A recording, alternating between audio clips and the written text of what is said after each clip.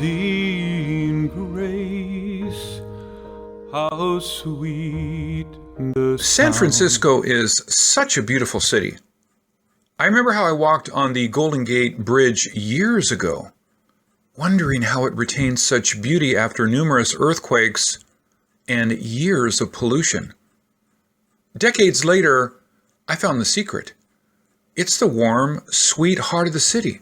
With the fog over the Golden Gate Bridge, the cable cars passing by colorful Victorian houses, San Francisco is a financial pillar for California's economy. However, under the glittering city lights and refreshing ocean breeze, lies a city with the second highest homeless rate in America. It is famous for racial disparities, weak public education systems, high taxes, crimes, traffic congestion, and pollution. Although these problems are not on my tourist map, I got to see it while taking the subway to Oakland. San Francisco may be the home for the cultural elites, but for the homeless, it's a place someone else calls home. Like most tourists, I stopped by beautiful Pier 39. It was a perfect day. There was a huge crowd gathering. After pushing my way through, I saw Lynx performing his famous sword-swallowing tricks. The show was so fun, I decided to ask him a few questions. I started performing basically when I was 10. I was adopted when I was 10 years old with a family here in San Francisco, but we ended up moving and doing some other stuff. My mother was a street magician, and so she started giving me ways to open up, and one of them was a magic kit, and this kind of what propelled me into performing. I was a really shy child. Like, I didn't have any kind of personality whatsoever. So performing was my release.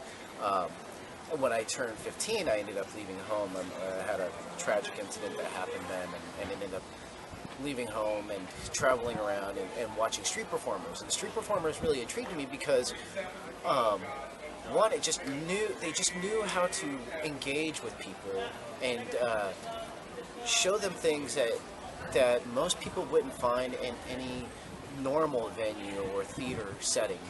These were things that they would come out and show free to a public and hopefully get paid for. Living on the street at that time, that seemed like the ideal way for me to make money. Lynx is a Euro-Asian, a French father, and a Korean mother.